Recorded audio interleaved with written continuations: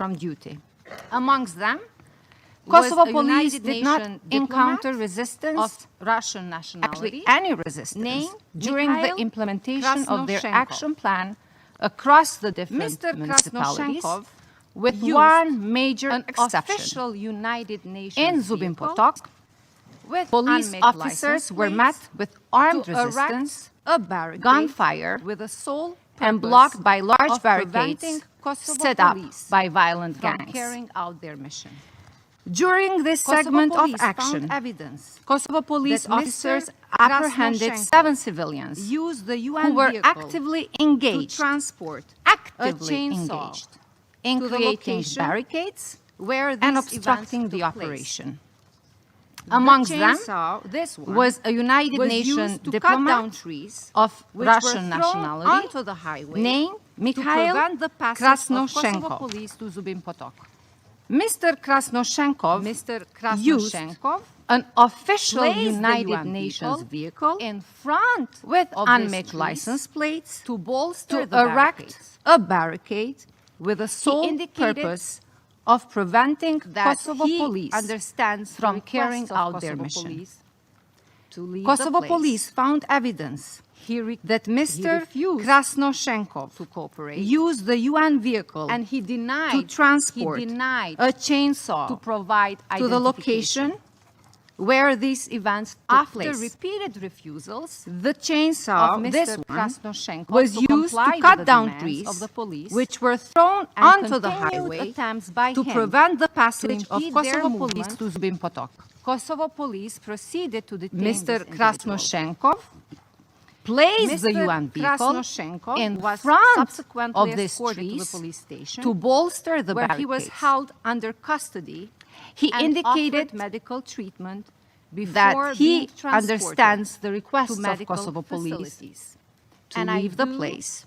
have the He report refused of the hospital to cooperate, in Mitrovica where he was treated. and he denied Nothing serious to provide anything like what we heard identification. here today. After In the repeated following refusals days, Kosovo of Mr. authorities Krasnoshenko to decided comply to with the deny demands of the Mr. police Krasnoshenko and future continued entry attempts into by the him country. to impede their movement, Kosovo police Mr. proceeded to upon detain his this request, individual. Mr. Krasnoshenko Mr. was released and Krasnoshenko transferred was to Belgrade. subsequently escorted to the police station, The NATO military where presence he was in held Kosovo under K4 custody and offered medical confirmed treatment before that being these transported raids were part to medical of an facilities. operation executed And I do exclusively by have Kosovo the police, report and of that the hospital all in Mitrovica relevant where he was treated. authorities were informed. Nothing serious, anything like 3 what we've Kosovo heard here police today. officers were injured In the following during the days, efforts to remove Kosovo the barricades authorities that obstructed decided to this deny operation. Mr. Krasnoshenko Despite the future obstacles, entry into the country. Our officers were able to complete their mission. Upon his request, In light of this Mr. event, Krasnoshenko I was must released and admit transferred to Belgrade. those of us in Kosovo The NATO military presence appalled in Kosovo, K4, by the continuous confirmed statements that were made that in these Belgrade raids and were certain part of an capitals around the operation world executed regarding this exclusively very by Kosovo successful police, operation. and that all An relevant operation authorities, the sole purpose were of informed. which was to combat crime.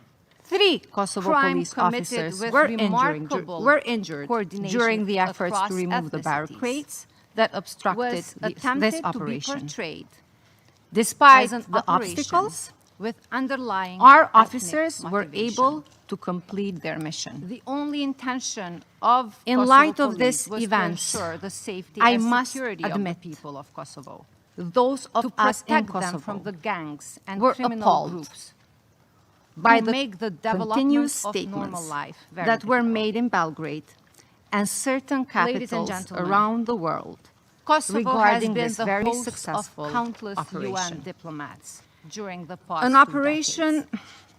the sole are purpose our of friends, which was to our combat mentors, crime. our family. Crime committed with remarkable no unmixed employee coordination has across ever come ethnicities in harm's way in Kosovo. was attempted They to have be never portrayed been targets as of an threats, operation violence, with underlying or attacks of any ethnic kind. motivation. To hear claims the that only the Kosovo intention police of or Kosovo police was to ensure the deliberately safety and targets security UN of the employees people in of Kosovo, is to beyond protect them from the gangs and comprehension criminal to groups those of us who make the live in development Kosovo. of normal life very difficult. Mr. Krasnoshenkov became Ladies and gentlemen, an obstacle to law Kosovo has enforcement been the host in of Kosovo countless UN out diplomats of his during the own past 2 decades. volitation. Or to They put it are our frankly, friends, he our willingly mentors, became a shield our family. to criminal gangs. No unmade attempting employee has inhibit ever come an in harm's ongoing way in police Kosovo. operation.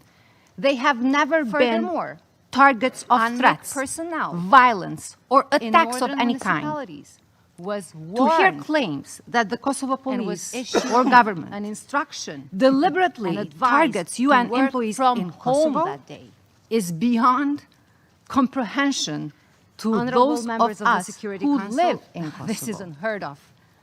It has Mr. nothing to do Krasnoshenkov with the mandate became of Mr. an obstacle Krasnoshenkov to law or the enforcement mandate in Kosovo of the UN out mission in of Kosovo. his own volitation. Ladies and gentlemen, Or please to put tell it me frankly, what would happen he willingly if any of became a us, shield to accredited criminal ambassadors, gangs, attempting UN to diplomatic inhibit personnel alike, an ongoing police with full operation. diplomatic immunity, Furthermore, attempted to prevent unmade an ongoing personnel police operation in here northern in New York, municipalities or in was Moscow, or warned in Berlin, or and was anywhere issued else an for that instruction matter. and advised to work The from government home of that Kosovo day.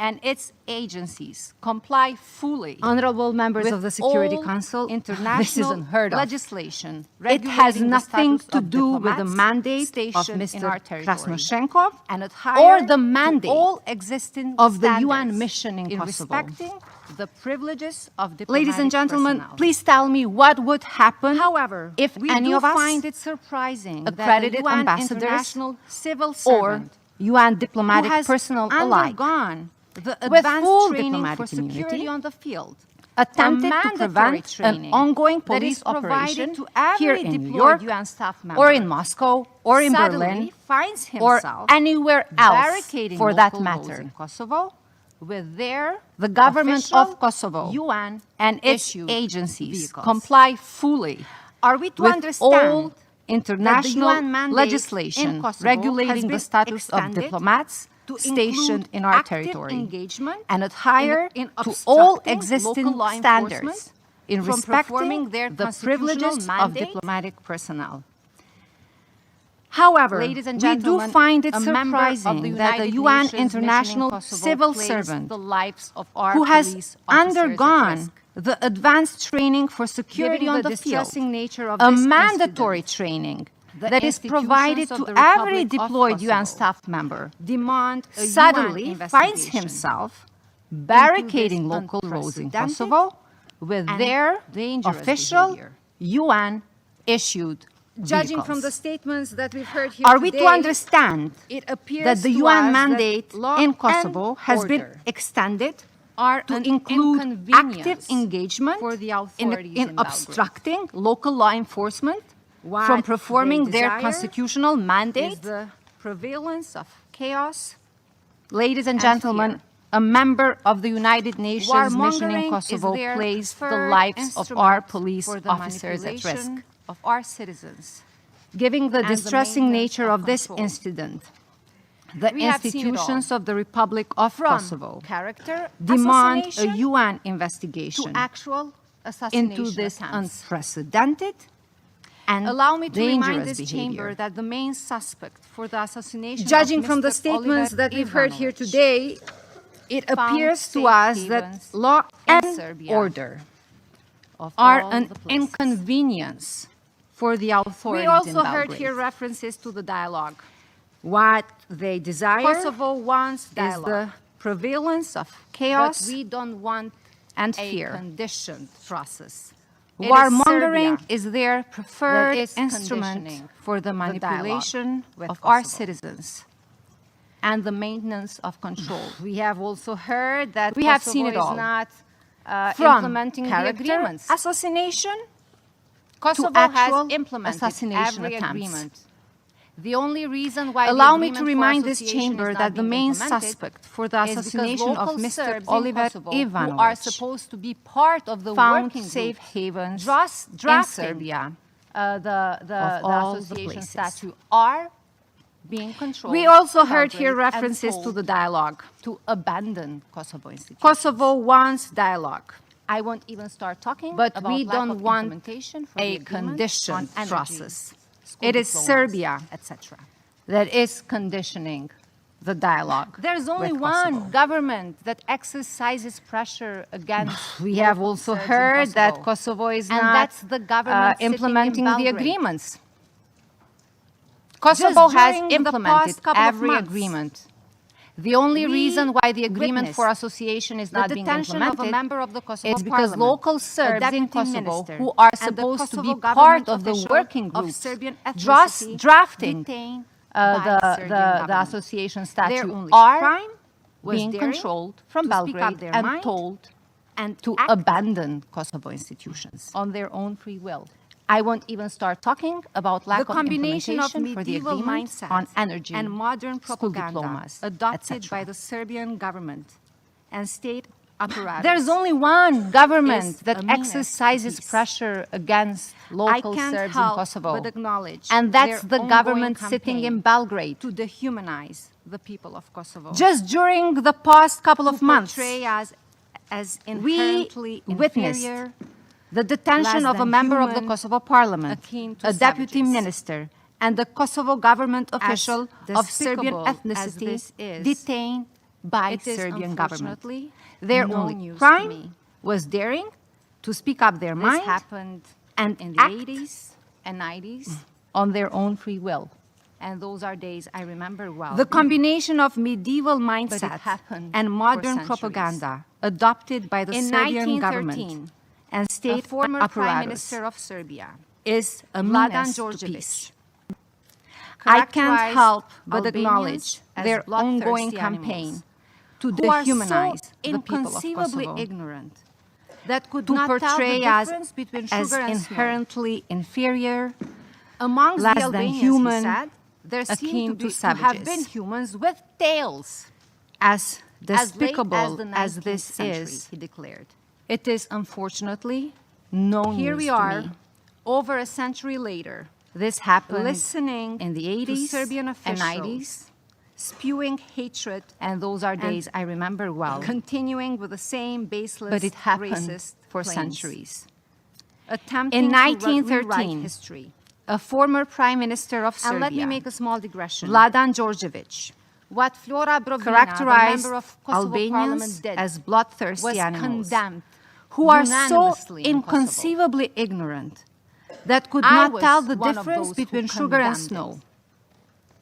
But Amongst the unlike Albanians, in he Serbia, said, there our seemed media, to have been humans our with judiciary tails does not become as late as accomplice the to 19th politics. century, he declared. It was our media, our judiciary, Here we are, that over a stated century later, that the listening photography was to false, Serbian but officials that does not take anything spewing from the truth. hatred It was the and Center for Disease continuing Control, with the an same baseless American-based health racist organization claims, that conducted the attempting survey to and came rewrite up history. with a number of women that were raped. And let in me make a Kosovo. small This is digression. not my number. What Flora And Brovina, only the few member of months ago, Kosovo Parliament, right here did in this chamber, was condemned the president unanimously of in Serbia Kosovo. had the audacity I to was make a public one of those plea who to the condemned council. it.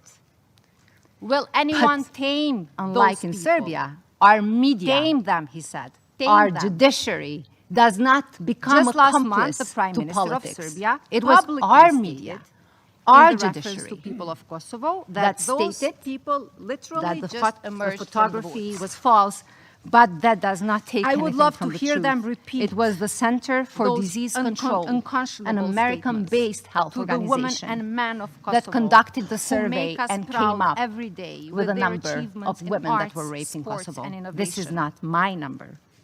Let them And only a unleash few months their ago, vitriol right here before in the this chamber, families of martyrs who the made president ultimate of Serbia sacrifice to protect had the their loved audacity ones to from the make a Serbian public aggression. plea to the council. Let them unmask their Will true anyone motivation. tame those people? Let them show Tame us them, their he said. crippling Tame fear them. of the ammunition. Just last month, the Prime Minister of Serbia publicly stated in the reference to people of Kosovo that those people literally just emerged from the woods. I would love to hear them repeat those unconscionable statements to the women and men of Kosovo who make us proud every day with their achievements in arts, sports, and innovation. Let them unleash their vitriol before the families of martyrs who made the ultimate sacrifice to protect their loved ones from the Serbian aggression. Let them unmask their true motivation. Let them show us their crippling fear of the ammunition of democracy, words and thoughts. Words that are spoken abroad and thoughts stirring up at home. For the people of Kosovo will not be tamed. We will not be subjugated. And we will not be ruled by Serbia ever again. It is our hope that this chamber will not lie abashed and distracted before triumphant assertions of ethnic hatred. The Republic of Kosovo will certainly never waver its quest for peace and justice. And however dim the prospects might seem, we intend to fight. We will fight with the power of our ideas and the courage of our convictions, because surely this goal is sufficiently important to deserve our devotion. And one day, the professionalism of our institutions will match the integrity of our media, the success of our artists and athletes, the strength of our women, and the resilience of our civil society. On that day, we will have built an even better republic, independent, sovereign, integrated into the international community, and at peace with its neighbors, including Serbia. So, ladies and gentlemen, the invitation stands. Come visit Kosovo and witness with your own eyes the progress you have made possible. As an extra treat, you will be able to see the beautiful mountains that we are so proud to come from. Because, as the famous expression by Ernest Hemingway goes, mountaineering is the one true sport. Everything else is merely a game. Thank you very much. أشكر السيدة تشيتاكو على بيانها وأعطي الكلمة الآن لأعضاء مجلس الأمن وأعطي الكلمة للمتحدث الأول على القائمة ممثل الصين. 主席先生，我感谢秘书长科索沃问题特别代表塔宁先生、苏亚雷斯副秘书长的通报。欢迎塞尔维亚第一副总理兼外。Issue. China respects Serbia's sovereignty and territorial integrity. We understand its legitimate concerns with regard to the Kosovo issue and commend its efforts to find a political solution to this issue. Achieving accommodation, reconciliation, and harmonious coexistence across all ethnicities in Kosovo is in the fundamental interest of people from all ethnic backgrounds and meets their needs for development. We hope that all parties concerned will put the well-being of their people first, refrain from any rhetoric or action that could complicate or escalate the situation, and build up conditions for a proper solution of the Kosovo issue so as to jointly maintain peace, stability, and development in the Balkan region. Mr. President, as things stand now, it is important for the Security Council to remain seized of the Kosovo issue and encourage the two parties to carry out genuine dialogue so as to facilitate a proper solution to the Kosovo issue. China supports the leadership of SRSG Tanning in ensuring UNMIC's mandate implementation and constructive cooperation with all parties. Recently, the UNMIC staff were obstructed in their mandated work. China finds this deeply concerning and completely unacceptable. The privileges, immunities, and safety and security of UN personnel must be fully respected. Parties concerned should provide conditions for UNMIC to implement its mandate within the parameters of law. Thank you, Mr. President. أشكر ممثل الصين على بيانه وأعطي I thank the representative of China, and I now give the floor to the representative of South Africa.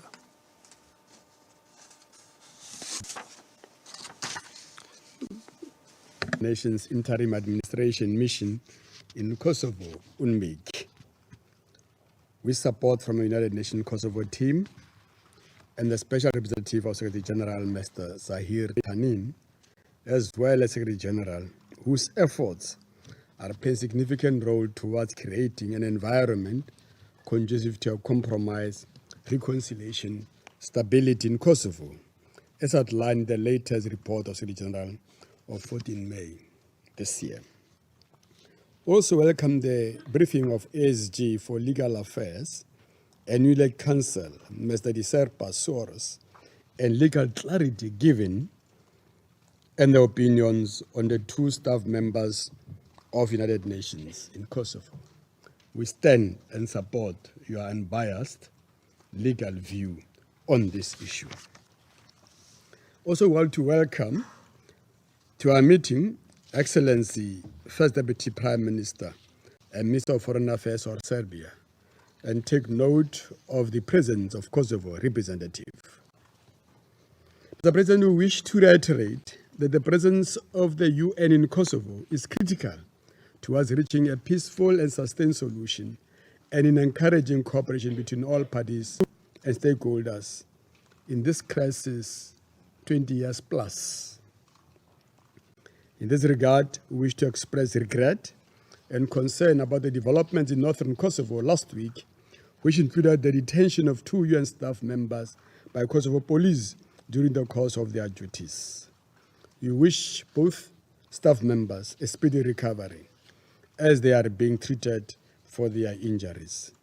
We reiterate the importance of all UN personnel across the world who must be able to do their work in a safe environment and in accordance with international law. South Arabia encourages Belgrade and Pristina to continue their efforts towards normalizing relations despite the challenges faced in finding a sustainable, peaceful, and political solution. We wish to reiterate the importance of the resumption of peace talks between the parties in the spirit of cooperation and compromise under the auspices of the European Union. Mr. President, allow me to make 3 brief points regarding the peace process in Kosovo in view of the challenges that remain for the resumption of talks between the two parties.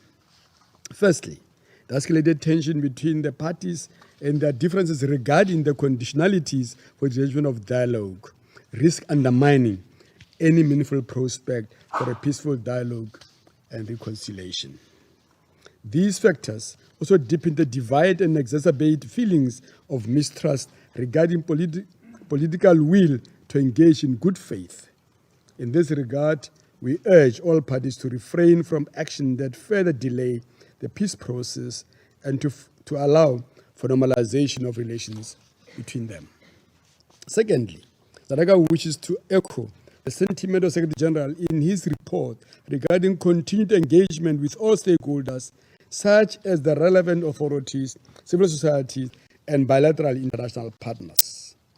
The peace process should not only be led by political leaders, but it should be informed by the local communities in Serbia and Kosovo, as both parties represent a diverse people in language, culture, heritage, and history. This will play an important role to encourage active support for peace building and intercommunity trust building efforts in Kosovo. Mr. President, this brings me to my third and final point. The conflict between the parties has a significant impact on women and youth. We join the Secretary General in welcoming the efforts by the UN in close cooperation with the European Union in Pristina to emphasize the involvement of women across all levels of political and decision-making processes during the Global Open Day on Women, Peace and Security. As indicated by Ulrika Richardson, UN Development Coordinator for Kosovo, I quote, "Gender equality is not only a fundamental human right, it is also a necessary foundation for a just and peaceful world." Close quote. It is also our considered view that responses to address sexual violence in conflict situations must include survivors in order for them to share their experiences and possible solutions. In this respect, we welcome the active involvement of survivors of conflict-related sexual violence in finding solutions towards addressing their legal, social, institutional challenges and reflected in the Pristina communique. We also welcome the role of young people whose efforts illustrate the importance of an inclusive peace process. The third annual Kosovo Youth Assembly, in collaboration with the UN team in Kosovo, identified ways of empowering young youth leadership across Kosovo, and this much-needed initiative can contribute to long-term solution for peace for all. Mr. President, in conclusion, we hope that the spirit of compromise will be the foundation for negotiation towards an inclusive, fair settlement that is acceptable. Co-chair of the Bill and Melinda Gates.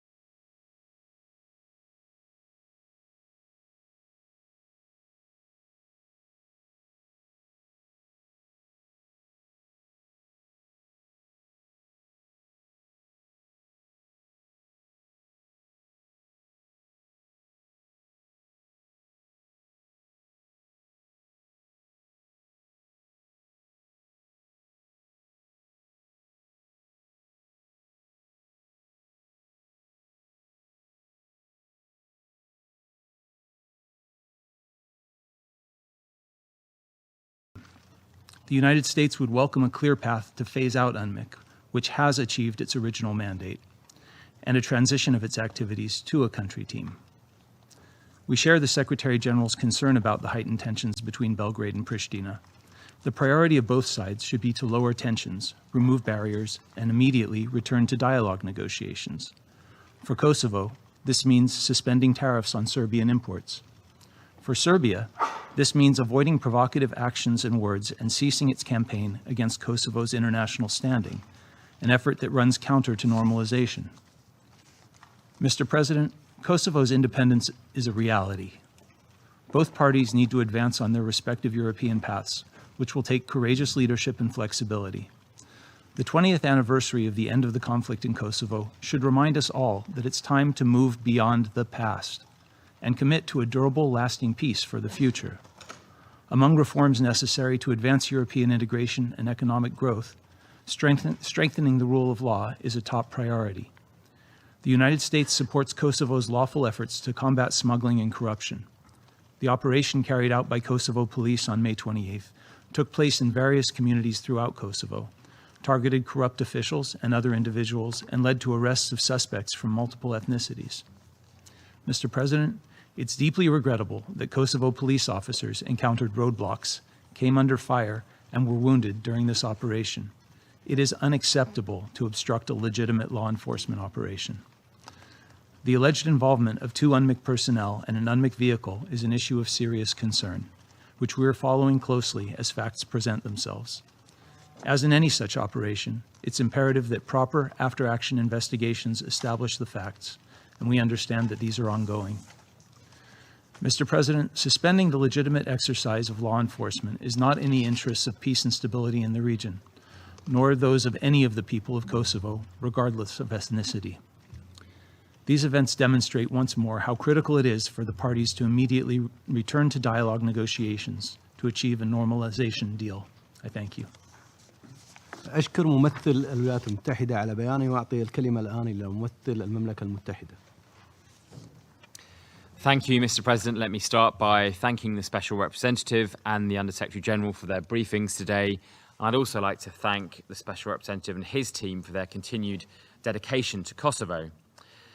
Since UNMIK was authorised by this Council in 1999, Kosovo's development from a conflict zone to a democratic country has been significant, and UNMIK has played an important role in achieving this progress. Due to the change to the situation on the ground in these past 20 years, the United Kingdom supports a strategic review of the mission to ensure that UNMIK's efforts are properly tailored to the current needs and addresses the challenges that Kosovo still faces. We continue to call on Kosovo to implement the necessary reforms that will allow it to strengthen further the rule of law, good governance, reconciliation and security. Mr. President, the United Kingdom echoes the concern expressed by the Special Representative about the prolonged disengagement by both Pristina and Belgrade from the EU-facilitated dialogue.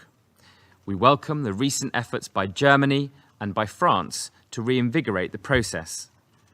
Progress on normalisation of relations between Kosovo and Serbia is in the interest of both countries, including in respect of their EU aspirations. But the provocative language and actions of both governments risks future progress. We call on the leaders to react in a measured, proportionate fashion, reflective of the standing of their offices, and to focus on reaching a comprehensive, sustainable agreement that enjoys domestic support. It is also important for both sides to implement all agreements already reached to build confidence between the parties. We welcome the progress noted in the report on the common border crossing points and call for the resumption of coordination to enable the full implementation of the Integrated Border Mechanism Technical Protocol.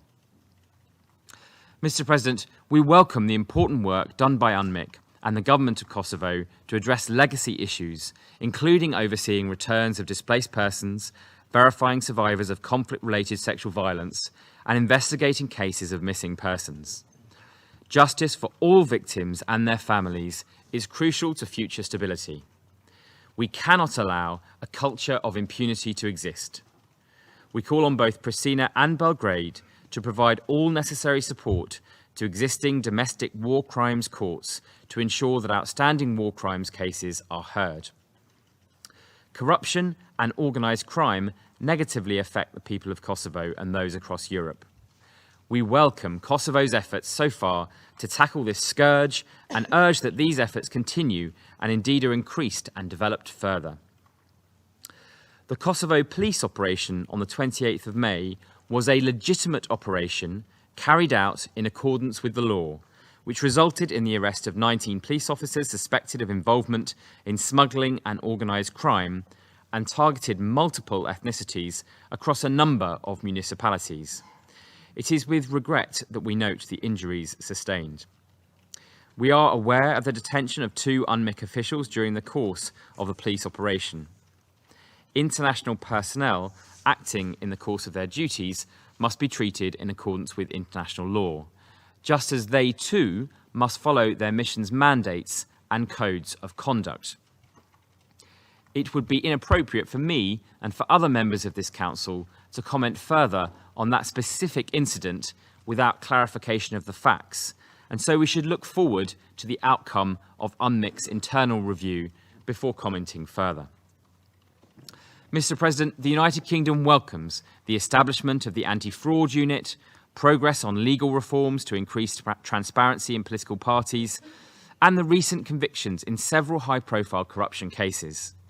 However, despite some progress on the rule of law, stronger, more consistent implementation of the rule of law and good governance structures are needed and will help Kosovo's integration into the international community. Mr. President, the United Kingdom will continue to support Kosovo as it moves forward with its efforts to develop as a stable, prosperous, multi-ethnic state, including through our support of UNMIK. We strongly urge the governments of Kosovo and Serbia to desist from the divisive rhetoric that has become all too common and to return to the EU-facilitated dialogue in the interest of their peoples and European stability. Thank you. أشكر ممثل المملكة المتحدة على بيانه وأعطي الكلمة الآن إلى ممثل ألمانيا. Thank you, Mr. President. Germany feels that this opportunity is welcome to discuss forward-looking solutions. We are concerned that this Council should not be used or abused for attempts to rewrite or reinterpret history. We should try to come up with solutions in a concrete way. In that spirit, Germany affirms its commitment to the EU-facilitated dialogue on normalization between Pristina and Belgrade. In this spirit, Chancellor Merkel and President Macron hosted a meeting in Berlin on the 29th of April and will continue their efforts to support the EU-facilitated process and to restore the trust by both sides in the normalization dialogue. To this end, Chancellor Merkel also received Kosovo's Prime Minister Ramush Haradinaj on the 6th of June in Berlin. Pristina and Belgrade share the goal of EU membership, and both sides share the responsibility to reduce tensions and to continue the dialogue. Dialogue meaning real dialogue. Too often this seems to be based on a belief in an equation that says dialogue plus dialogue equals monologue plus monologue equals dialogue, and that seems to be a real problem. We need true and genuine and honest dialogue, and we want to use our offices, our good offices, to support that wherever we can. Good relations between both sides are in the interest of the people in Kosovo and Serbia. We call upon the Kosovo government to revoke the tariffs on Serbian and Bosnian-Herzegovinian products. These tariffs contravene the CEFTA agreement and are a clear contradiction to Kosovo's regional integration efforts. In this context, the vision of a greater Albania is counterproductive, and all the more so when it is uttered by leading politicians. Likewise, we urge the Serbian government to refrain from actions that undermine an environment conducive to negotiations. This concerns, for example, the efforts to persuade other countries to withdraw recognition from Kosovo. Both parties need to tone down their rhetoric and communicate more clearly to the respective constituencies why a comprehensive and sustainable agreement is in the mutual interest. Increased stability in both countries and the region brought about by such an agreement clearly is in the interest of all. Our position is well known. We remain convinced that border changes along ethnic lines do not contribute to such a solution. Mr. President, let me just briefly refer to the police operation on 28th May.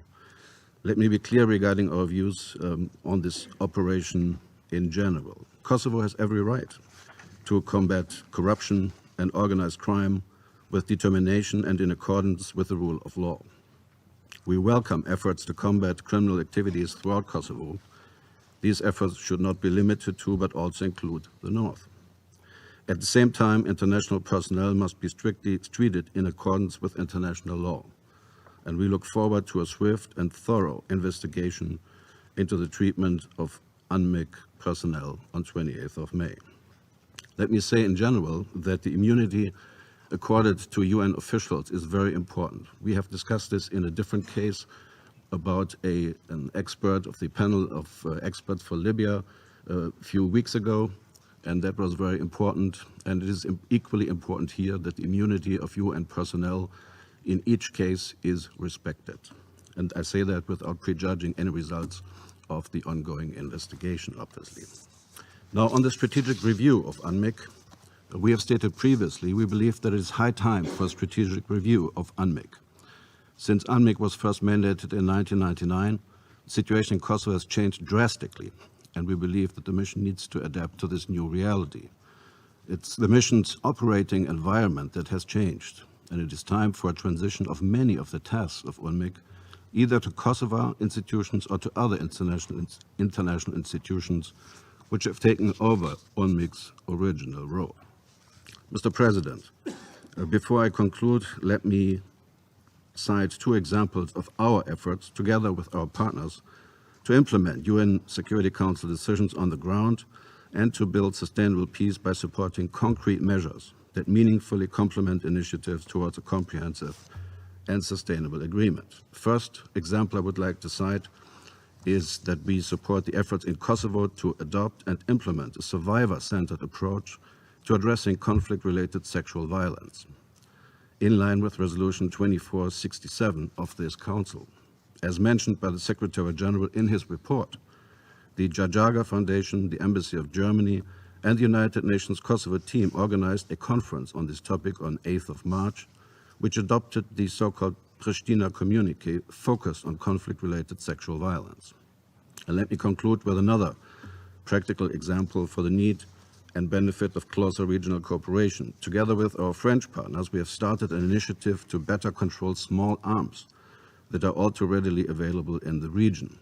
Last week, the 6 countries met in Sarajevo to take stock, and we are encouraged by the progress achieved and the commitment shown by countries in the region to the initiative. Thank you very much. أشكر ممثل ألمانيا على بيانه وأعطي الكلمة الآن إلى ممثلة فرنسا. Merci, Monsieur le Président. Je remercie à mon tour le représentant spécial du secrétaire général, Monsieur Zahir Tanin, ainsi que Miguel de Sherpa-Soares, le conseiller juridique, pour leurs exposés. Et je remercie également le vice-premier ministre et ministre des Affaires étrangères de la Serbie, M. Dacic, et l'ambassadrice du Kosovo aux États-Unis, Mme Chitaku, pour leurs interventions. Sur la méthode, et ceci est valable pour toutes les réunions du Conseil, je souhaite rappeler la demande maintes fois réitérée par ce Conseil que les interventions des briefers ne dépassent pas les 15 minutes de prise de parole. Monsieur le Président, nous voici 20 ans après la fin du conflit au Kosovo et le déploiement de la force militaire de l'OTAN, la KFOR, et le Kosovo vit en paix. Une paix certes fragile, au vu des nombreuses tensions entre les communautés, mais une paix qui doit inciter à redoubler d'efforts pour répondre aux aspirations des peuples. C'est en gardant à l'esprit cet objectif que je souhaiterais souligner brièvement 3 points. Premier point, je tiens à saluer le rôle de la MINUC. Celle-ci continue utilement à promouvoir la sécurité, la stabilité et les droits de l'homme au Kosovo. La France est bien sûr consciente des enjeux de stabilité qui perdurent dans les Balkans occidentaux et s'est récemment dotée d'une stratégie nationale pour accroître son soutien à la stabilisation durable de la région, à son développement économique et social et au renforcement de l'état de droit.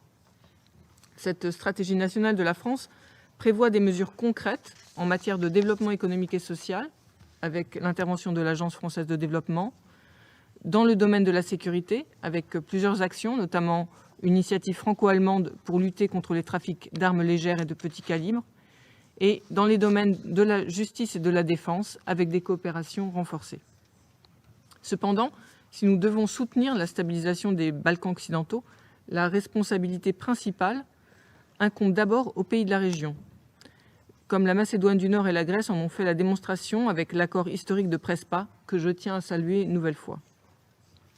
J'en viens ainsi à mon deuxième point, qui est de regretter l'absence de dialogue entre Belgrade et Pristina depuis novembre dernier et le niveau élevé des tensions entre les deux parties. Ce n'est pas soutenable. Cette situation de blocage explique la démarche du président de la République, Emmanuel Macron, et de la chancelière allemande, Angela Merkel, d'inviter le Kosovo, la Serbie, les pays de la région et l'Union européenne à un sommet à Berlin le 29 avril, comme le représentant de l'Allemagne vient de le rappeler. L'enjeu était de convaincre les deux parties de reprendre le dialogue et les efforts se poursuivre pour atteindre cet objectif. Monsieur le Président, pour parvenir à la reprise d'un vrai dialogue, comme Jürgen Schulz vient de l'expliquer, il est essentiel que chaque partie s'abstienne de toute nouvelle action, déclaration ou mesure susceptible d'exacerber les tensions. Et je renouvelle à cet égard notre demande que la taxe de 100% imposée par le gouvernement du Kosovo sur les produits en provenance de Serbie et de Bosnie-Herzégovine soit levée ou à minima suspendue. L'opération de la police du Kosovo le 28 mai dernier a été évoquée par plusieurs intervenants et je le ferai à mon tour brièvement. la France soutient naturellement la lutte contre la criminalité organisée et la corruption au Kosovo, dans le plein respect des règles d'un État de droit dont nous soutenons et nous encourageons l'édification. Compte tenu du contexte local, notamment au nord du pays, il est néanmoins essentiel que ces opérations soient proportionnées. Par ailleurs, nous tenons à souligner l'importance du respect des privilèges et immunités de l'ensemble du personnel des Nations Unies, tels qu'ils ont été définis dans la Convention sur les privilèges et immunités des Nations Unies de 1946 et du personnel de la MINUC, tel que vient de le rappeler le Conseil juridique. Nous étudierons avec attention les résultats de l'enquête interne menée par la MINUC. Enfin, dernier et troisième point, Monsieur le Président, je voudrais souligner le rôle de l'Union européenne dans la région des Balkans occidentaux. À nos yeux, la stabilité de la région est au premier chef une affaire européenne. L'Union européenne mène ainsi une médiation qui a vocation à reprendre une fois que les deux parties seront prêtes à relancer le dialogue. Des succès ont déjà été enregistrés et je pense en particulier à la conclusion de nombreux accords techniques entre la Serbie et le Kosovo au début des années 2010, facilités par l'Union européenne. L'enjeu est désormais d'aboutir à la conclusion d'un accord global et juridiquement contraignant entre les deux parties. Monsieur le Président, l'avenir européen de la Serbie et du Kosovo dépend en grande partie de la conclusion d'un tel accord. S'y ajoutent de nombreuses réformes pour renforcer l'état de droit qui est au cœur du projet européen. La responsabilité première des perspectives européennes respectives de la Serbie et du Kosovo incombe avant tout aux responsables politiques de ces pays. Seule la normalisation complète des relations entre Pristina et Belgrade permettra de concrétiser cet avenir européen qui est un avenir partagé. Monsieur le vice-premier ministre, Madame l'ambassadrice, la France vous encourage à redoubler d'efforts pour y parvenir. Vous pourrez toujours compter sur le soutien fraternel de la France. Je vous remercie. أشكر ممثلة فرنسا على بيانها وأعطي الكلمة الآن إلى مندوب إندونيسيا. Thank you, Mr. President. At the outset, Indonesia would like to thank the SRSG Zahir Tanin, as well as the USG for Legal Affairs, Miguel Suarez, for his briefings on the recent situation on Kosovo, and also to welcome the first Deputy Prime Minister and Minister of Foreign Affairs of the Republic of Serbia, Mr. Ivica Dacic, in New York. Mr. President, we took note of the SG's report and would like to join others in expressing our deep concern for the recent situation in the field. Today, I would like to bring the following 3 points to the attention of the Council. First, Indonesia calls for the cessation of political hostilities in the region. We reiterate the call of the UNSC Resolution 1244 for all parties to exercise peaceful dialogue to resolve the political conflict.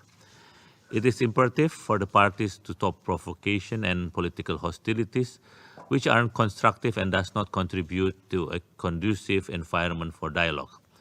Allegation and inflammatory rhetoric would only add salt to the wounds. Ultimately, all parties must fully commit to peaceful means through dialogue and negotiation. But we need more than goodwill to start a dialogue. We need sincerity to build trust, not provocation or even a trade war. Each party must refrain from any action that could exacerbate tension and undermine efforts toward normalization, including through imposing import tariffs.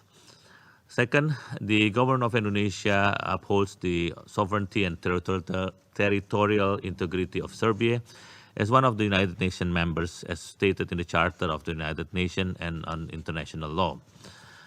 On third point, we want to reiterate once again the important role of UNMIK. Indonesia greatly appreciates UNMIK's multiple approach to engage grassroots communities through various fora, conferences, and trust-building projects. We also welcome UNMIK's support to the participation of young people in decision-making processes and cross-community dialogue. The youth is the future, and we have to put our trust on the young generation with a positive attitude away from any political or ethnic interests. We also support trust-building efforts as explained by SRSG Tanin, town hall debates on key issues, cross-community engagement, religious tolerance programs, languages, gender equality, and human rights programs certainly contribute to a closer engagement. Now, despite the positive progress made by UNMIK in this area and in many areas, we are also deeply saddened by the fact that UNMIK staffs had been arrested and injured by the authorities in northern Kosovo, as alluded to by RSG Tanin and USG Suarez. This act is clearly a violation of international law and violation of immunities under the international UN staff members. Mr. President, we share the Secretary General's concern on the heightened tension between Belgrade and Pristina. And of course, the important need to resume dialogue between the parties under EU auspices, as many has already alluded this morning, without further delay to bring unity back in the region. It has been far too long, many months since the last meeting between the two parties under the auspices of the EU. It should be clear that peace will only be sustained if there are reconciliation, and reconciliation will only happen if both parties sit together in the same table with trust, confidence, and faith in the whole process of political dialogue. Including in this August chambers, we regret that there has been rhetoric and inflammatory statements, which certainly does not help. There is an urgent need and hope to find durable peace for the peoples, and I also share many of the points where I think the importance for us all to find a solution and avoid any more statements that will not help in creating a conducive environment. Thank you, Mr. President. أشكر مندوب إندونيسيا على بيانه وأعطي الكلمة الآن إلى ممثلة غينيا الاستوائية. فلتتفضل. Muchas gracias, señor presidente. Permítame comenzar dando las gracias al excelentísimo señor Said Tanin, representante especial del secretario general y líder de la misión de administración provisional de las Naciones Unidas en Kosovo, y al señor Miguel de Serpa Suárez, subsecretario general de la Oficina de Asuntos Jurídicos de las Naciones Unidas, por sus informativas presentaciones sobre los avances en los últimos meses en Kosovo. Asimismo, deseo extender mis agradecimientos al excelentísimo señor Ivi Kadavic, primer viceprimer ministro y ministro de Asuntos Exteriores de la República Serbia, y la excelentísima señora Laura Sitaku, embajadora de Kosovo en los Estados Unidos, por sus intervenciones. Señor presidente, la delegación de Guinea Ecuatorial expresa su preocupación y condena los acontecimientos ocurridos en el norte de Kosovo el pasado 28 de mayo, durante el cual 2 miembros del personal de las Naciones Unidas fueron detenidos por la policía de Kosovo. Como ya lo hizo el excelentísimo señor Tanin, nuestra delegación destaca la necesidad de que todas las partes se comprometan a respetar los principios de derecho y la dignidad de todos, trabajar constructivamente con las Naciones Unidas y a que se abstengan de cualquier acción que pudiese llevar a una escalada de la tensión para mantener la calma y la seguridad en el terreno. Señor presidente, como reflejan el informe del secretario general y la exposición del señor Tanin, la situación en la región de Kosovo es todavía preocupante. La falta de progreso en el diálogo entre Belgrado y Pristina, la retórica inflamatoria y las acciones provocativas de las partes están teniendo un efecto negativo en la situación en el terreno y están obstaculizando las iniciativas que intentan reanudar un diálogo productivo entre las partes. Durante la última reunión expositiva sobre Kosovo, varios miembros de este Consejo expresamos nuestra preocupación sobre el impacto que tendría en la normalización del diálogo entre Belgrado y Pristina la decisión de aumentar los aranceles a la importación de productos serbios y bosnios.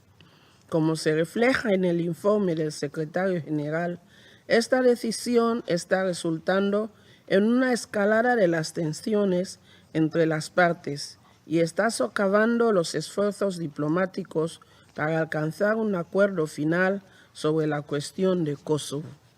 De igual forma, nos preocupa que durante el periodo del informe no se hayan celebrado reuniones entre Belgrado y Pristina. En este sentido, recordamos a las partes que asegurar la seguridad y estabilidad en Kosovo requiere del empeño de ambas partes por continuar con el diálogo, por lo que les alentamos a que continúen con dichos esfuerzos con el objetivo de lograr la estabilidad en el terreno, respetando la aplicación de los acuerdos alcanzados. Señor presidente, por otra parte, queremos destacar que durante el periodo del informe han habido avances importantes. En este sentido, aplaudimos las nuevas medidas tomadas en la lucha contra la corrupción, los avances para la prevención del extremismo violento, el apoyo a iniciativas para facilitar el retorno de las personas desplazadas en toda la región, así como otros proyectos que se están llevando a cabo en el terreno con la ayuda de la Organización para la Seguridad y Cooperación en Europa, OSCE, la UMIC y el equipo de Naciones Unidas para fomentar el diálogo y la confianza entre las partes. Por estas razones, instamos a las partes a intensificar su compromiso y sus esfuerzos para generar las condiciones propicias a un diálogo constructivo y así reanudar las relaciones entre Belgrado y Pristina. Esto demostraría su responsabilidad para la mejora y la protección del Estado de Derecho, salvaguardar las buenas relaciones de confianza entre las comunidades de todo Kosovo y así promover el desarrollo, paz y seguridad en Kosovo. Para concluir, creemos que todas las partes deben continuar actuando de acuerdo con los propósitos y principios de la Carta de las Naciones Unidas y en el marco de la Resolución 1244 y los acuerdos existentes, para que a través del diálogo encuentren una solución pacífica y duradera para el beneficio de todos. Una vez más, la República de Guinea Ecuatorial reafirma su respeto a la soberanía, independencia y la integridad territorial de la República de Serbia y agradece sus continuos esfuerzos para facilitar una solución inclusiva, pacífica y política a esta situación. Animamos a la UNMIC a que continúe con el cumplimiento de sus objetivos y prioridades para promover la seguridad, estabilidad y el respeto de los derechos humanos en Kosovo. Asimismo, elogiamos el apoyo que brinda a todas las comunidades de Kosovo y a todos los agentes regionales e internacionales. Muchas gracias. أشكر ممثلة غينيا الاستوائية على بيانها وأعطي الكلمة الآن إلى مندوب كوت ديفوار. Merci, Monsieur le Président. Monsieur le Président, à mon tour, je remercie Monsieur Zahir Taner, représentant spécial du secrétaire général de l'ONU et chef de la mission d'administration intermédiaire des Nations Unies au Kosovo, ainsi que M. Miguel Suarez, sous-secrétaire général pour les affaires juridiques des Nations Unies, pour leurs exposés éclairants. Je salue la participation à cette séance du vice-premier ministre et ministre des Affaires étrangères de Serbie, ainsi que celle de l'ambassadeur du Kosovo auprès des États-Unis d'Amérique. Monsieur le Président, la Côte d'Ivoire note avec préoccupation l'absence de progrès significatif dans le dialogue entre Pristina et Belgrade. Ce dialogue devait ouvrir la voie à un règlement définitif de la question du Kosovo et induire la réconciliation entre les deux pays. Vous ne voyez par conséquent inquiet face à la persistance des tensions qui ne concourent guère à dissiper le climat de méfiance entre la Serbie et le Kosovo. A contrario, elle pourrait même constituer le ferment d'une détérioration plus grande de la situation sociopolitique et sécuritaire entre les deux pays et plus largement dans les Balkans. Mon pays appelle donc les partis serbes et kosovars à œuvrer de manière responsable et de bonne foi à la préservation des acquis par la poursuite du dialogue, notamment sous l'égide de l'Union européenne. De ce point de vue, la nécessité d'adresser les questions des tarifs douaniers ainsi que l'immunité des fonctionnaires de l'ONU me paraît urgente. Le maintien et même le renforcement de la stabilité actuelle doivent être la priorité absolue de la communauté internationale. Ils doivent justifier les efforts inlassables déployés par les Nations Unies et tous les acteurs institutionnels pour la normalisation de la situation entre Belgrade et Pristina. C'est pourquoi mon pays accueille avec satisfaction la volonté exprimée par les présidents Alexander Vučić et Acintaci de poursuivre l'indispensable dialogue en juillet prochain à Paris. Monsieur le Président, la Côte d'Ivoire est convaincue qu'aucun obstacle, aussi complexe soit-il, n'est insurmontable dans le différend entre le Kosovo et la Serbie si les deux parties s'engagent résolument et de bonne foi dans la voie du dialogue pour élaborer des compromis hardis, gage de paix et de stabilité pour leur peuple et pour les Balkans. Elle estime que l'Union européenne, dont elle voudrait par ailleurs saluer les efforts de médiation, doit continuer à prendre une part prépondérante dans ce dossier, s'agissant notamment des actions de diplomatie préventive à mettre en œuvre en vue d'une normalisation durable des relations entre le Kosovo et la Serbie.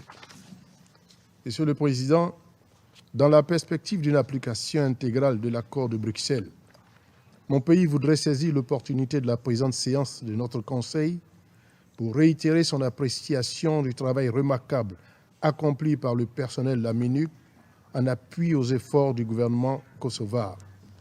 Il voudrait ici réitérer son plein appui au représentant spécial du secrétaire général, Tane, pour son remarquable engagement personnel. L'appui de la MINUC est en effet indispensable en ce qu'il pourrait être de nature à s'imposer comme un véritable catalyseur des actions orientées vers la réconciliation entre les différentes communautés, condition sine qua non pour un retour à la coexistence pacifique entre le Kosovo et la Serbie. À cette fin, il est bon de noter et de reconnaître à leur juste valeur l'initiative tendant à promouvoir l'apprentissage des langues albanaises et serbes dans les deux communautés, ainsi que la tenue de la 3e Assemblée de la jeunesse du Kosovo.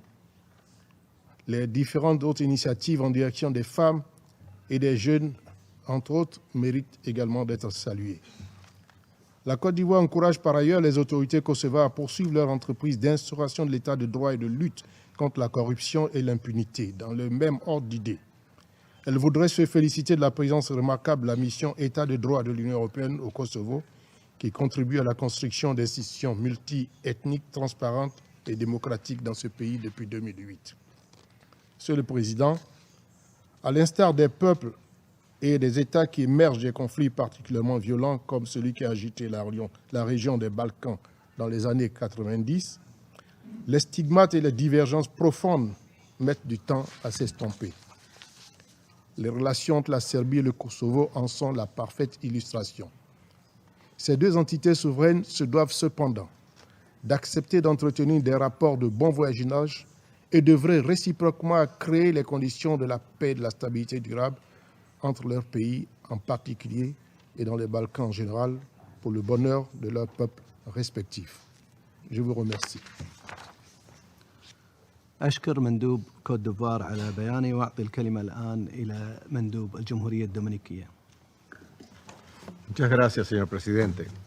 Agradecemos la convocatoria a esta reunión y damos las gracias al señor Tanin por la encomiable labor que realizan él y su equipo, al señor Miguel de Serpa Soares, y así también agradecer la presencia del ministro de Relaciones Exteriores, señor Dasic, y a la señora embajadora Sitaku en el día de hoy. La República Dominicana observa con preocupación la continuidad de las tensiones entre Belgrado y Pristina. Es vital en esta situación que las partes honren los compromisos asumidos en la Declaración de Bruselas y con el cumplimiento de la Resolución 1244 de este Consejo.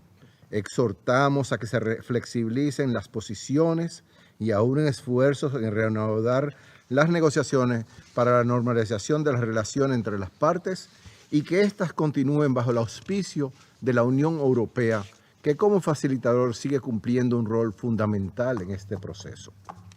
Es oportuno reconocer la crucial función que ha desempeñado las Naciones Unidas para contribuir con la paz y el fortalecimiento de las instituciones en el terreno, principalmente a través de la Administración Provisional de las Naciones Unidas en Kosovo. Nos sumamos al llamado del Secretario General para que las partes se abstengan de la retórica inflamatoria y de acciones provocativas que puedan dificultar la continuidad del diálogo. La República Dominicana invita a los líderes kosovares y serbios a accionar en favor del presente proceso, pues se requiere de una decidida voluntad política para agilizar la dinámica de las negociaciones. Esto incluye abstenerse de tomar medidas unilaterales que pudieran ralentizar los avances en la ejecución de los compromisos. En este contexto, consideramos que mantener el aumento de los aranceles de los productos provenientes de Serbia y Bosnia y Herzegovina es una acción que no solo obstruye el comercio, sino que perjudica las conversaciones de paz. Aplaudimos el encuentro celebrado el 29 de abril en Berlín, en el marco de la reunión de los líderes de los Balcanes, convocada por Alemania y Francia.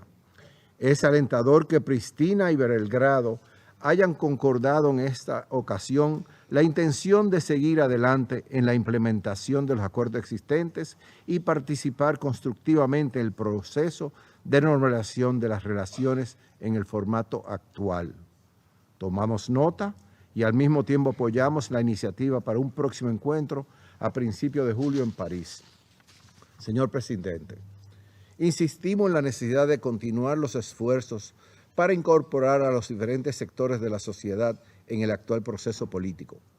En este sentido, saludamos las iniciativas y eventos organizados por la UNMIC con la colaboración de la ONU Mujeres y la Unión Europea para capacitar y promover una mayor participación y empoderamiento de las mujeres en consonancia con la Agenda Mujeres, Paz y Seguridad. Asimismo, acogemos con beneplácito las actividades que promueven la integración de los jóvenes en la dinámica de fomento de la confianza y la promoción de la paz. En este tenor, queremos felicitar a la UNMIC y UNICEF por la celebración en abril pasado de la tercera Asamblea Anual de la Juventud en Kosovo, en el marco de la estrategia de la misión sobre juventud, paz y seguridad. También deseamos resaltar el apoyo del equipo de Naciones Unidas, al representante especial y a todos los colaboradores quienes conjuntamente trabajan en la adhesión de los jóvenes en los procesos de toma de decisiones, en las iniciativas de diálogo intercomunitario, la promoción de la reconciliación política y social. Señor Presidente, la República Dominicana reconoce el impacto positivo de alcanzar una justicia imparcial en Kosovo, ya que repercute en el fomento eficaz de la confianza de los habitantes en las instituciones oficiales. En este contexto, entendemos necesario que continúen los esfuerzos para crear mecanismos que garanticen el respeto y ejercicio pleno de los derechos ciudadanos. Esto implica que la justicia puede dar respuesta oportuna y efectiva a las víctimas de violencia de género y a los sobrevivientes de violencia sexual relacionada con el conflicto. En cuanto al hecho ocurrido el 28 de mayo, donde 2 miembros del personal de la UNMIC fueron detenidos durante una operación policial, esperamos que sean esclarecidos oportunamente y que salga a relucir la verdad para que se tomen las acciones pertinentes. Destacamos la trascendencia del fortalecimiento del Estado de Derecho en Kosovo. Por ende, vemos con satisfacción las acciones y disposiciones que garanticen el pleno respeto y protección de los derechos humanos.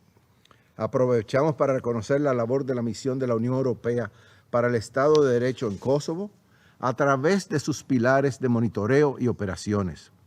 En este renglón saludamos los esfuerzos que realiza esta misión para facilitar los acuerdos de libertad de movimiento, el apoyo a las fiscalías y salas especializadas. Congratulamos la reanudación de los casos de búsqueda de personas desaparecidas y al mismo tiempo condenamos todo intento de obstrucción a la realización de estos trabajos. Finalmente, reiteramos nuestro apoyo y reconocimiento al trabajo que realizan en Kosovo la UNMIK, la KFOR, la Unión Europea y la OSCE en aras de lograr una consolidación de la paz sostenible en Kosovo. Muchas gracias. أشكر مندوب الدومينيكان على بيانه وأعطي الكلمة الآن إلى مندوب بلجيكا. Merci, Monsieur le Président. Nous avons suivi les derniers développements au nord du Kosovo avec une certaine préoccupation. Nous soutenons pleinement la nécessité de lutter contre la corruption et le crime organisé qui fait partie de l'agenda des réformes du Kosovo. Nous réitérons l'importance de respecter les règles de l'État de droit dans ces efforts. Il est important que la MINUC puisse poursuivre sa mission dans le respect de son mandat, sans contrainte et en toute indépendance. Nous attendons les résultats de l'enquête interne de la MINUC afin de faire toute la clarté sur l'incident du 28 mai. Et je remercie le jurisconsulte Miguel de Chorpa-Soares de nous avoir rappelé les règles qui régissent l'immunité de son personnel. Ces développements sont malheureusement révélateurs d'un climat de méfiance entre les deux parties. Il est important que les parties s'abstiennent de toute action ou déclaration susceptible de provoquer des tensions. Dans ce cadre, nous réitérons notre appel aux autorités kosovares à supprimer les droits de douane de 100% sur les produits en provenance de Serbie et Bosnie-Herzégovine. L'avenir de la Serbie et du Kosovo se situe au sein de l'Union européenne et passe par la voie du dialogue.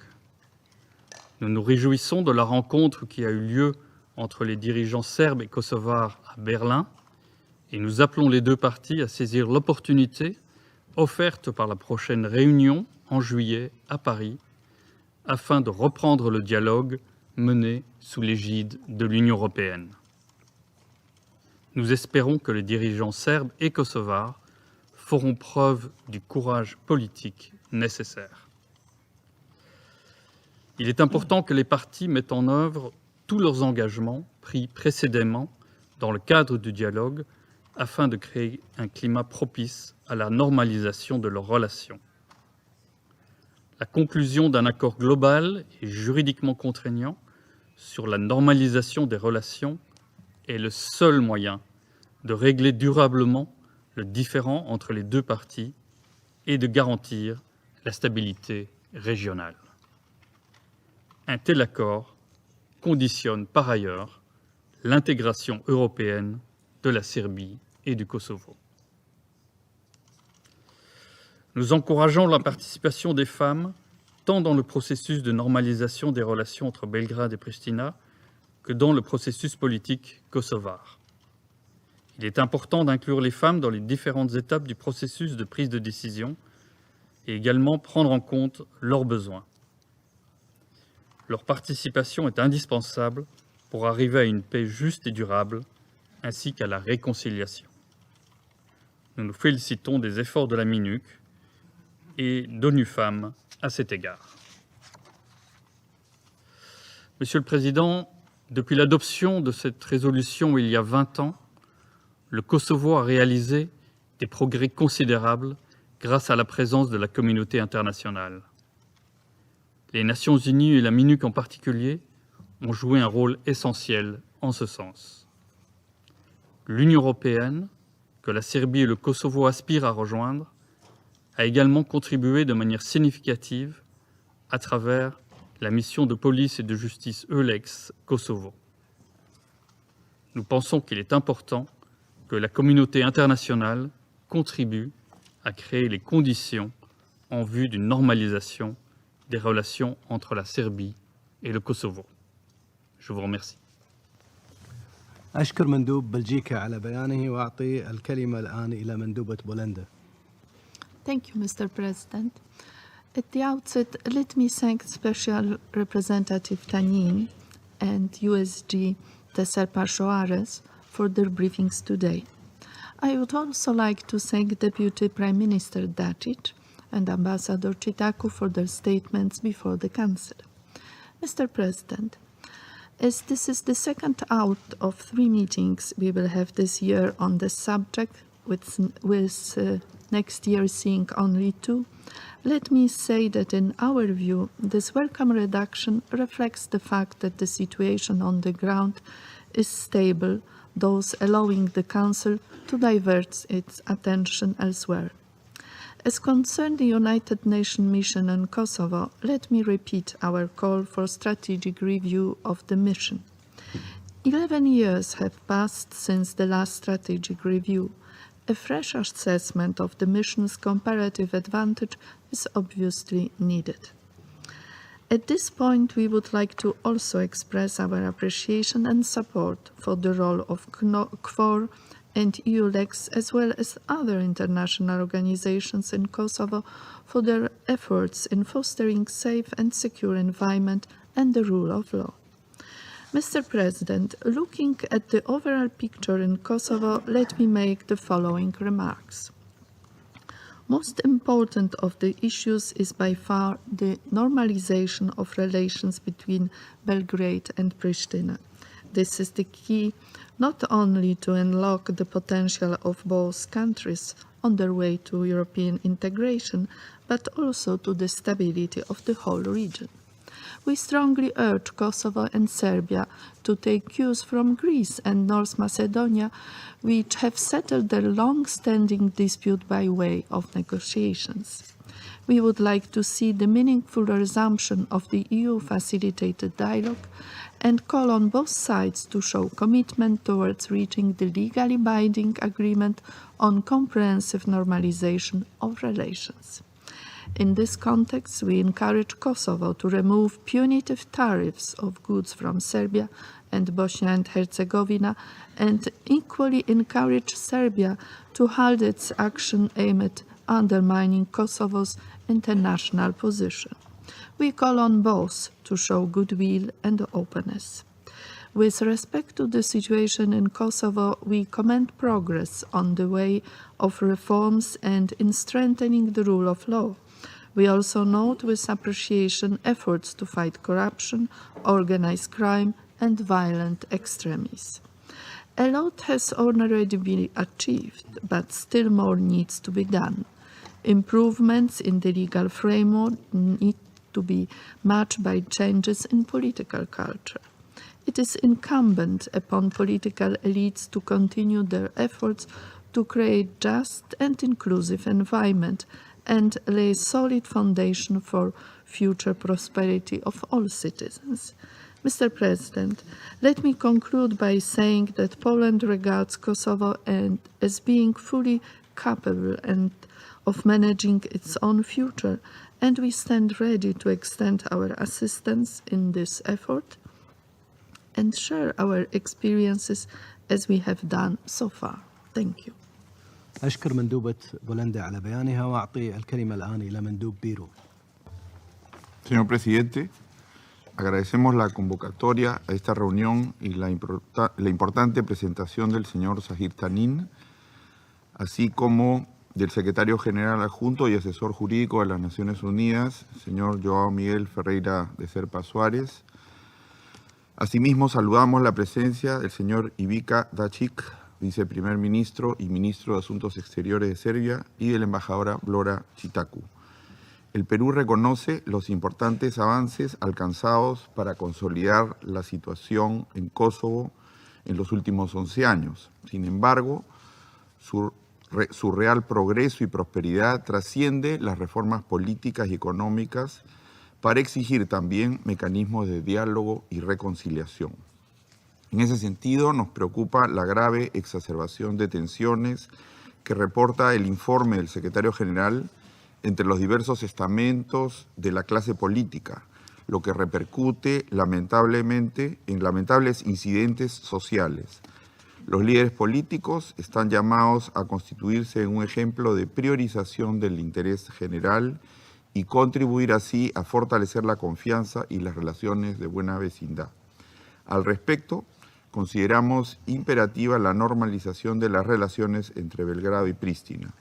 Para ello invocamos el compromiso de las partes con la resolución 1244 y los acuerdos de Bruselas, y las llamamos a adoptar de manera constructiva y de buena fe las medidas necesarias para reanudar el diálogo facilitado por la Unión Europea. Creemos asimismo que es fundamental respetar y fortalecer el Estado de Derecho y la legitimidad de las instituciones. Por ello destacamos la labor de la misión de la Unión Europea para el Estado de Derecho en Kosovo, EULEX, así como el papel de las cámaras especializadas en apoyo de esta tarea.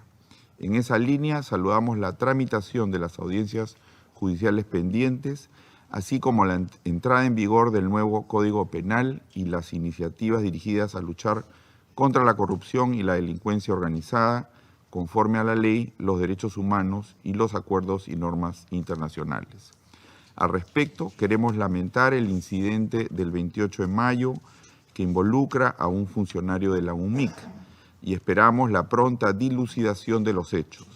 El Perú reafirma la responsabilidad de los gobiernos de respetar la inmunidad de los funcionarios de las Naciones Unidas, así como la de dichos funcionarios de ser imparciales en el cumplimiento de sus funciones.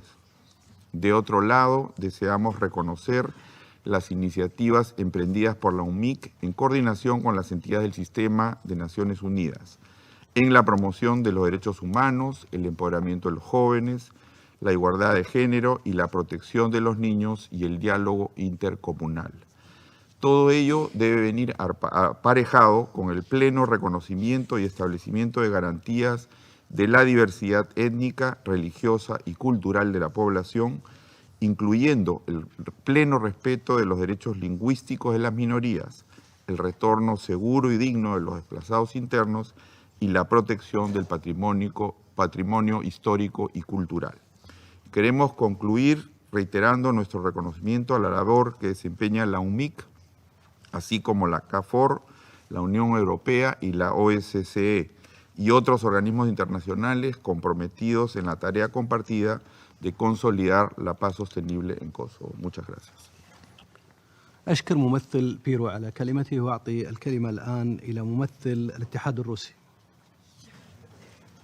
Господин председатель, приветствуем участие в нашем заседании первого вице-премьера и министра иностранных дел Сербии Ивицы Дачича. Разделяем высказанную вами, уважаемый господин министр, серьезную озабоченность положением дел в Косово. Также благодарим спецпредставителя генсекретаря, главу миссии ООН по делам Временной администрации в Косово Захира Танина за информативный брифинг о ситуации в крае. В целом разделяем содержащиеся в нем оценки. Благодарим также заместителя генсекретаря по правовым вопросам Жоао Суареша за сделанные пояснения. Внимательно выслушали и выступление госпожи Флоры Читаки. Ее, честно говоря, благодарить не за что, разве что за красноречивый пример лжи, инсинуаций и разжигающий ненависть российских исторических фантазий, недостойных зала заседаний Совета Безопасности. И это вместо того, чтобы попросту извиниться за разбойничьи действия своих соотечественников, чего многие из нас, честно говоря, ждали.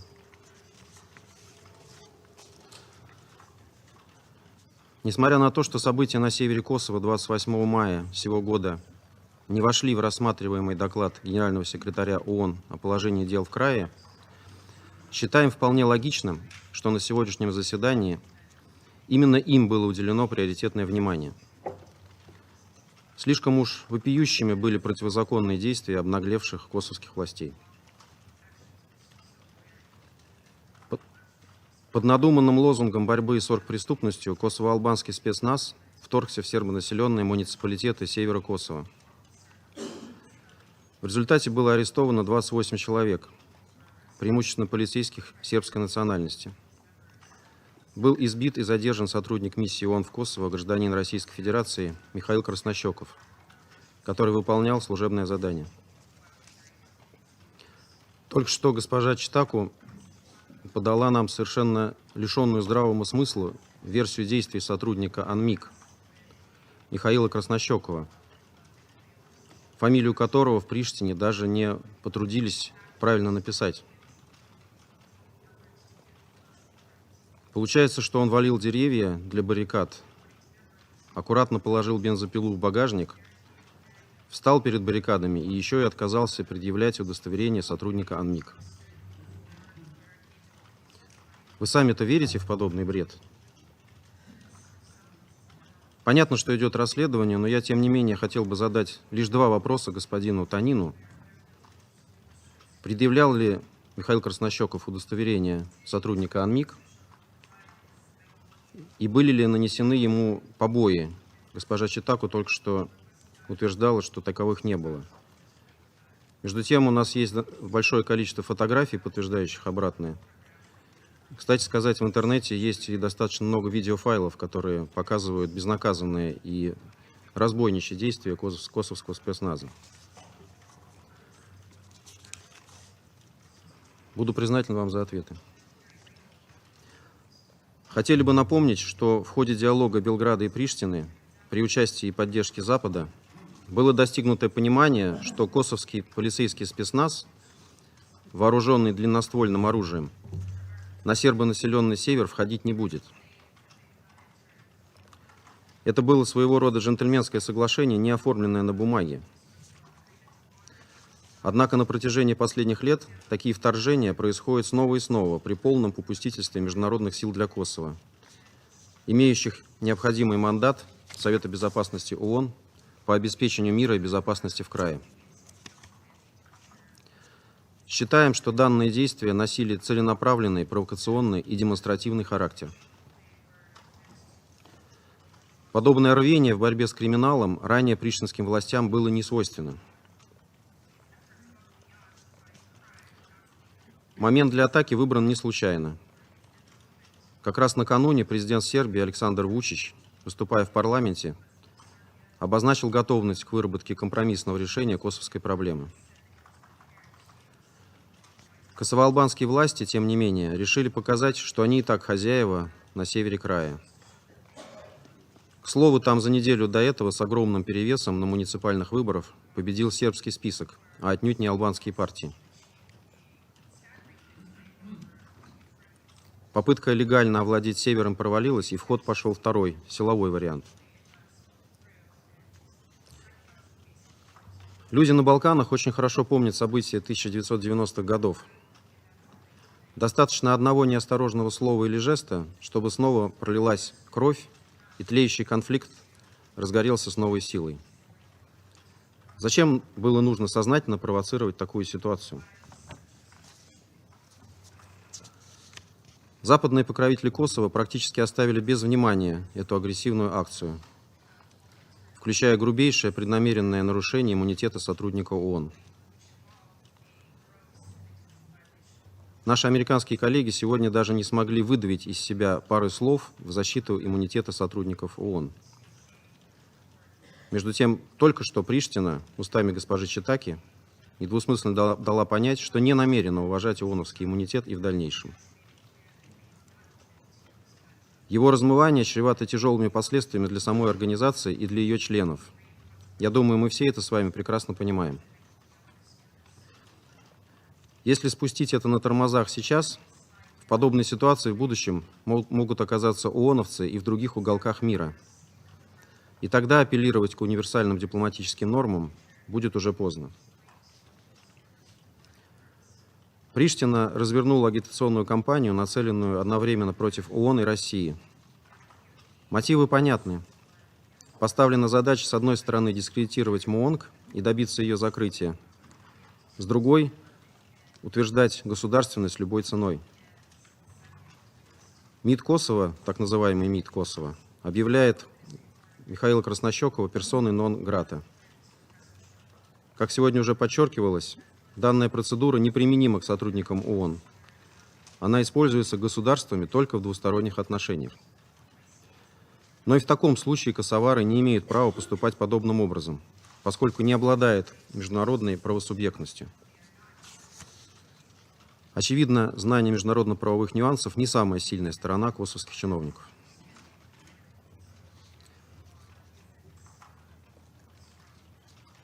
В миссии ЕС в области верховенства закона в Косово посоветовали доверить расследование инцидента самой же косовской полиции, которая, как мы понимаем, сама же и является его виновником.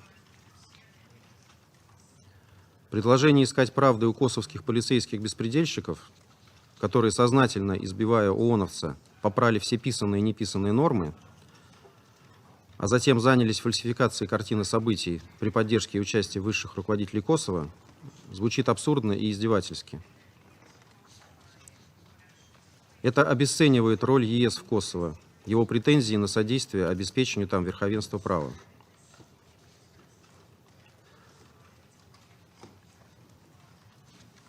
Хотели бы обратить внимание, что провокация с российским гражданином, работающим в МООНГ, происходит не впервые. Ранее под сфальсифицированным предлогом косовская полиция задерживала российскую стажерку в МООНГ. А теперь так называемый МИД Косово обращается к генсекретарю ООН с просьбой сократить ООНовское присутствие, которое, дескать, себя дискредитирует и просит провести пресловутый обзор миссии. Все это звенья одной цепи. Такими же заходами секретариат кулуарно обрабатывает и представителей некоторых государств, постоянных членов Совета Безопасности, и нам об этом известно. В ход идут модные сейчас на Западе, но не имеющие никаких оснований под собой, измышления о так называемых русских шпионах. Мы решительно отвергаем такие нечистоплотные комбинации. Мандаты миротворческих миссий должны рассматриваться за столом Совета Безопасности, а не переписываться в кулуарах. Господин председатель, многолетнее потакание приштинским властям со стороны Запада привело к тому, что они демонстративно не подчиняются своим покровителям. Косово-албанское правительство, так называемое, во главе с Рамушем Хардинаем, придерживается курса на обострение кризиса и к предметному разговору явно не готова. Призывы из Брюсселя к нормализации отношений, обращенные почему-то к двум сторонам, только усиливают у одной стороны ощущение вседозволенности, провоцируют к максималистским, не предполагающим компромиссных развязок подходам.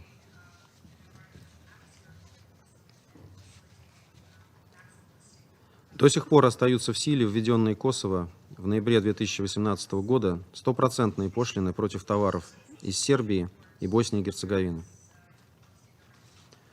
В том же контексте рассматриваем и принятую так называемой Ассамблеей Косово 16 мая резолюцию о сербском геноциде, которая лишь способствует разжиганию ненависти между двумя народами.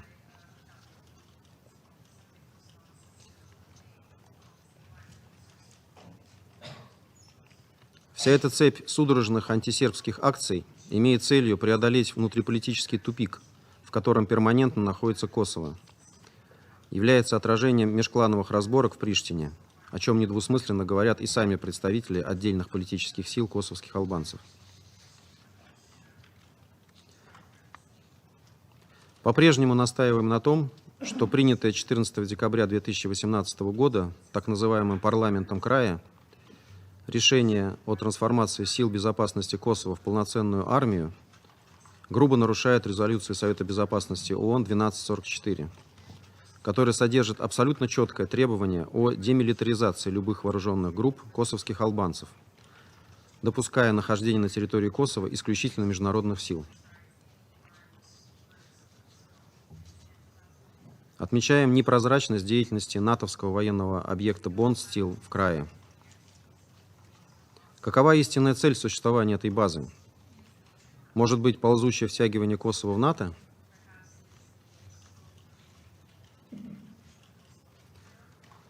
Российская позиция по косовскому регулированию хорошо известна. Мы выступаем за достижение Белградом и Приштиной жизнеспособного и взаимоприемлемого решения на основе резолюции Совета Безопасности ООН 1244. форсирование так называемой окончательной нормализации между Белградом и Приштиной, увязывание ее какими-либо искусственными сроками считаем деструктивными. Устойчивое решение косовской проблемы невозможно без одобрения не только заинтересованных сторон, но и Совета Безопасности ООН, так как речь идет о вопросе обеспечения международного мира и безопасности. Альтернативы диалогу между Белградом и Приштиной нет. В этой связи хотел бы напомнить о ключевой договоренности, достигнутой в его рамках, а именно о создании сообщества сербских муниципалитетов Косово, которую косово-албанские власти на протяжении уже 6 лет саботируют. Выполнение этого ключевого элемента первого соглашения о принципах нормализации отношений между Сербией и Косово, подписанного 19 апреля 2013 года в Брюсселе, главный индикатор возможности дальнейшего ведения каких-либо предметных дискуссий. Обращаем внимание секретариата ООН на необходимость тщательно отслеживать развитие ситуации, которая, как показывают вышеизложенные факты, требует взыскательного международного пригляда.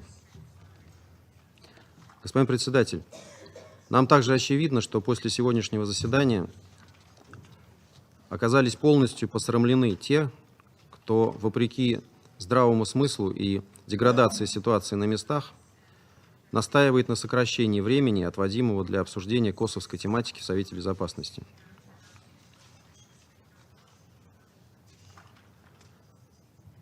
Наше обсуждение лишний раз подтвердило, что без пристального внимания со стороны Совета Безопасности косово-албанские власти окончательно уверуют в свою безнаказанность и вседозволенность.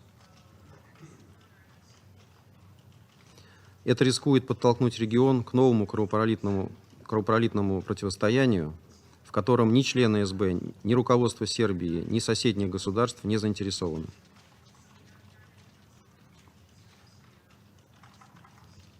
Благодарю за внимание. أشكر ممثل الاتحاد الروسي على بيانه، وأدلي الآن ببيان بصفتي ممثل الكويت. بداية أتقدم بالشكر للسيد ظاهر تنين على إحاطته، وللسيد فيريرا دي سيربا سواريس على إيضاحاته بشأن حادثة 28 مايو في شمال كوسوفو.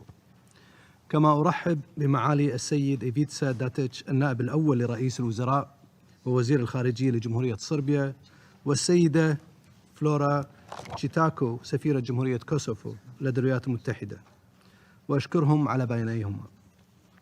نتابع وبقلق استمرار حدة التوترات بين بلغراد وبريشتينا، والتي من شأنها أن تؤثر على احتمالات استئناف الحوار المثمر بين الطرفين، ونحثهما على الامتناع عن البيانات التحريضية والإجراءات الاستفزازية التي قد تعيق التقدم المحرز.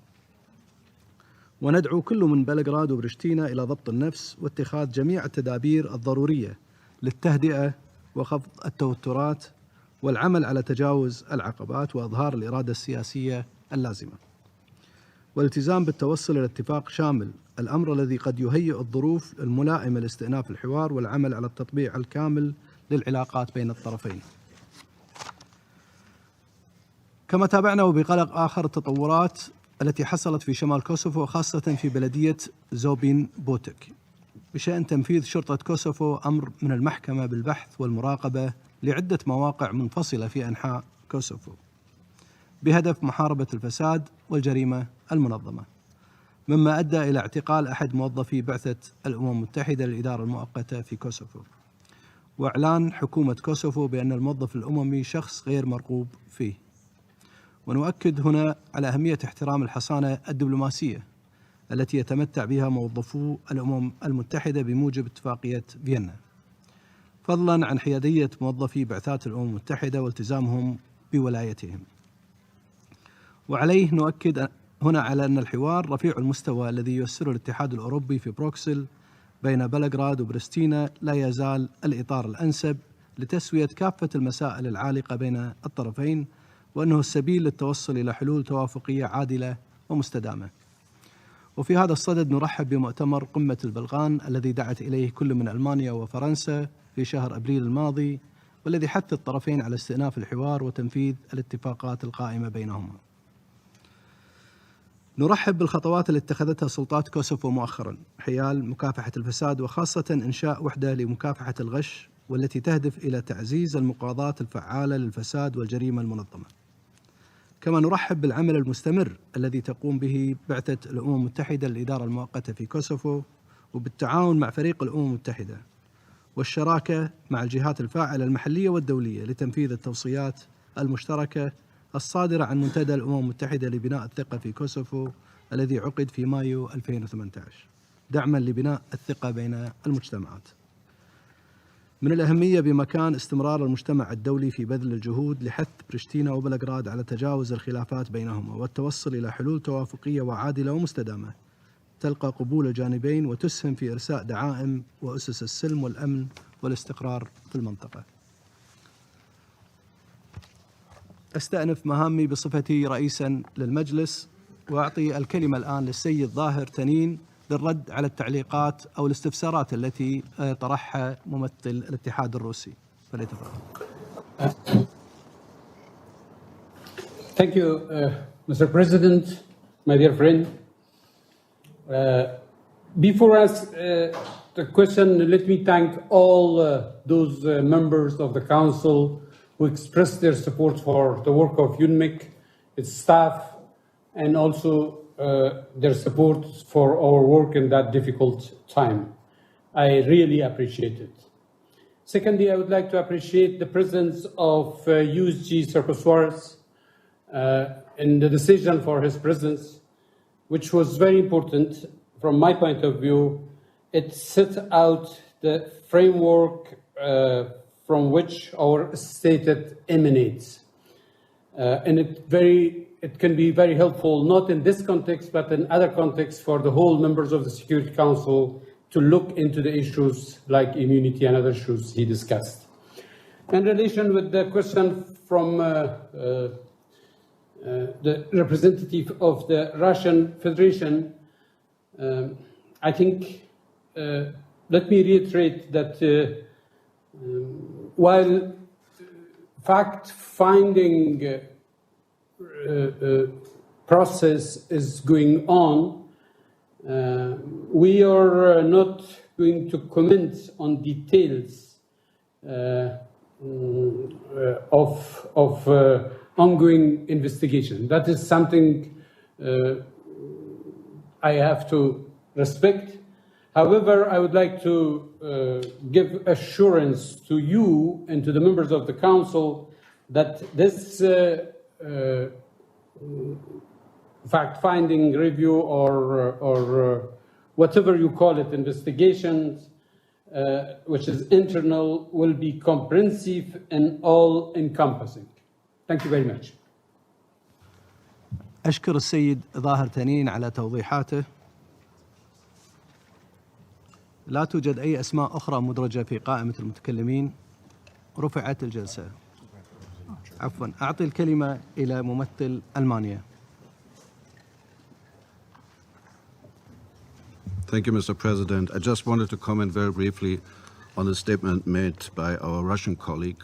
And I want to register that I found his remarks on the European Union, on NATO and states supporting Kosovo, and also on the history of the context, the conflict in 1998 and 99, unfortunate, particularly unhelpful, and partially insulting. I do not want to go to this level and will therefore refrain from commenting in detail. Thank you. شكرا.